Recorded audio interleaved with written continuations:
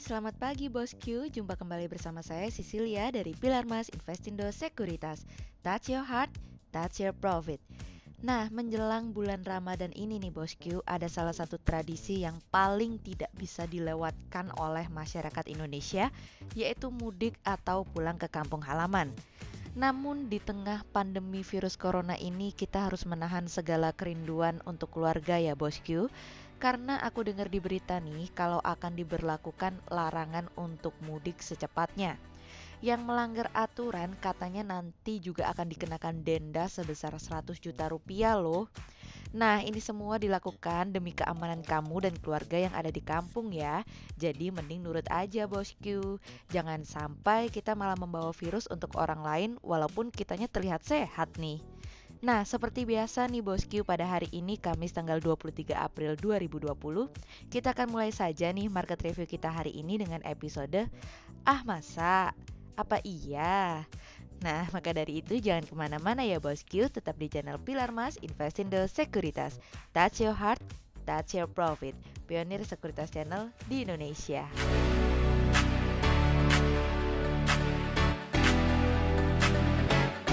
Seperti biasa bosku, kita akan mulai saja nih dari Global Economics Calendar.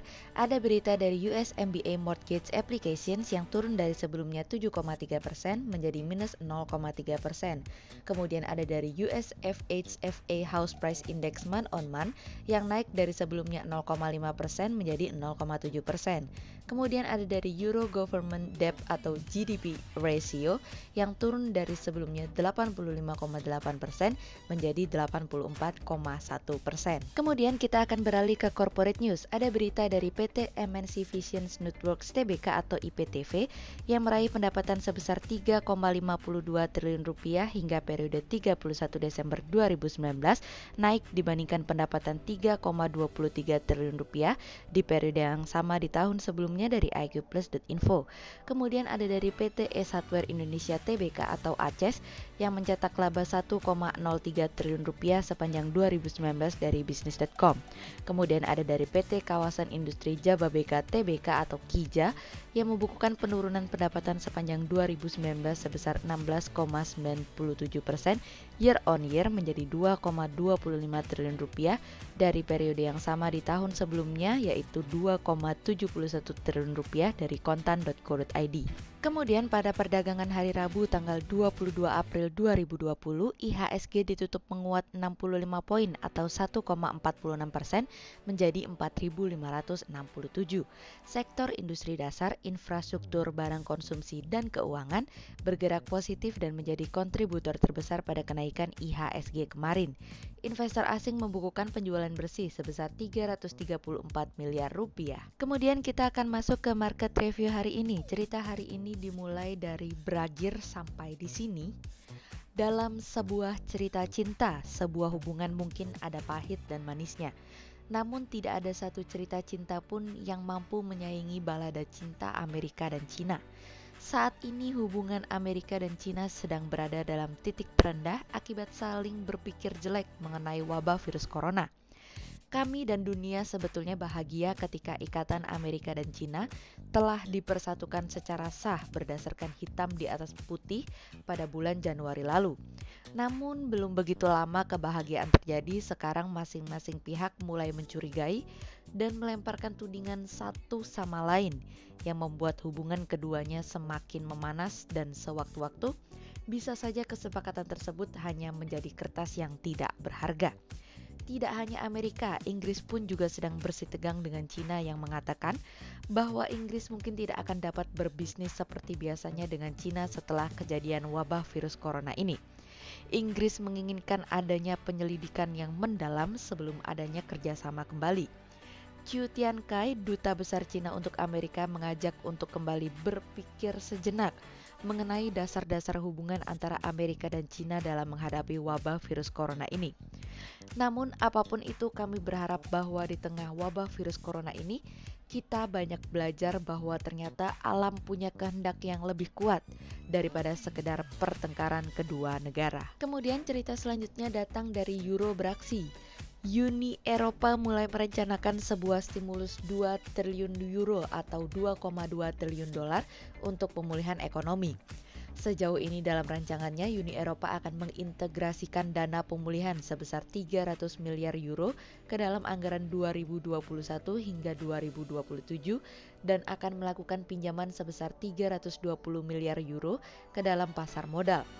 Presiden Komisi Uni Eropa Ursula von der Leyen mengatakan bahwa dirinya akan mempresentasikan beberapa rencana-rencana dari Uni Eropa mengenai pemulihan ekonomi. Tidak mau kalah dari Indonesia, France, Spain, dan Italia telah menyampaikan sebuah rencana dari Uni Eropa untuk melakukan penerbitan obligasi bersama yaitu Corona Bonds. Namun Jerman dan Belanda menolak hal tersebut karena khawatir mereka akan terjebak dalam pusaran dana tersebut. Sejauh ini defisit Jerman telah lebih dari 7% terhadap GDP tahun ini karena adanya pengeluaran tambahan untuk mengatasi krisis. Tidak hanya itu saja, defisit Italia mungkin bisa lebih dari 10% dari GDP sehingga mendorong rasio utang terhadap GDP menjadi lebih dari 150%. Di bawah proposal Komisi Eropa, setengah dari dana tersebut akan diberikan sebagai pinjaman kepada negara-negara sementara sisanya akan tetap dalam anggaran Uni Eropa untuk menutupi bunga tahunan sekitar 500 juta euro. Dana pemulihan sementara akan berkisar 300 miliar euro dalam anggaran jangka panjang, 200 miliar euro untuk fasilitas pemulihan dan ketahanan, 50 miliar euro akan digunakan kembali dan akan dimasukkan ke dalam anggaran tahun 2021 dan 2022. Kemudian cerita selanjutnya datang dari dalam negeri yaitu ada pesan-pesan loh.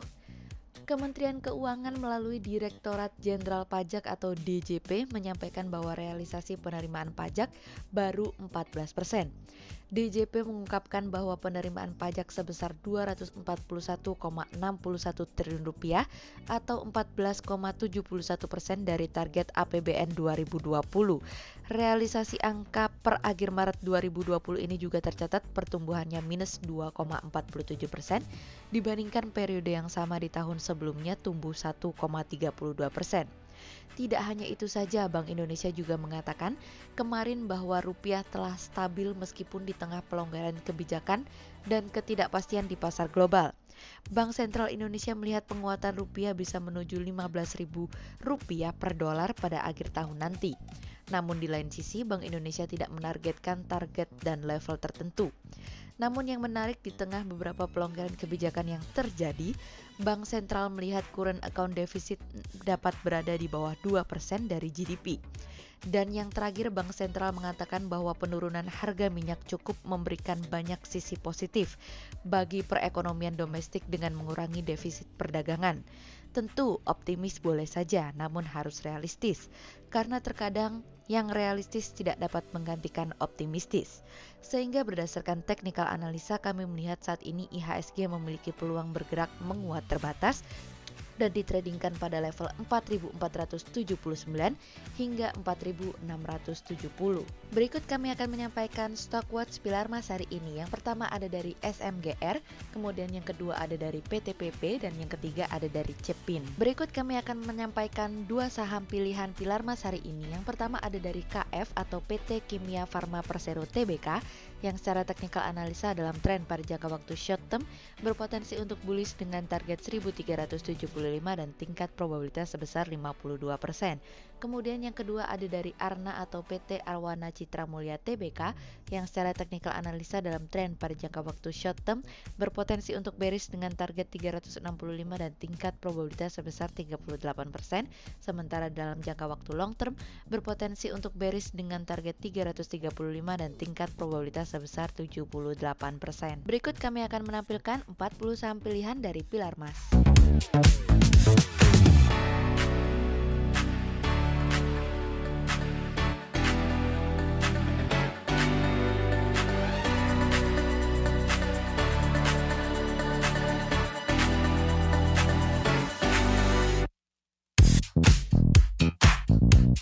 Sekian untuk review market kita kali ini ya Bosku. Untuk lebih lengkapnya Bosku bisa mengklik link di bawah video ini atau bisa juga langsung akses ke website kami di www.pilarmas-investindo.co.id.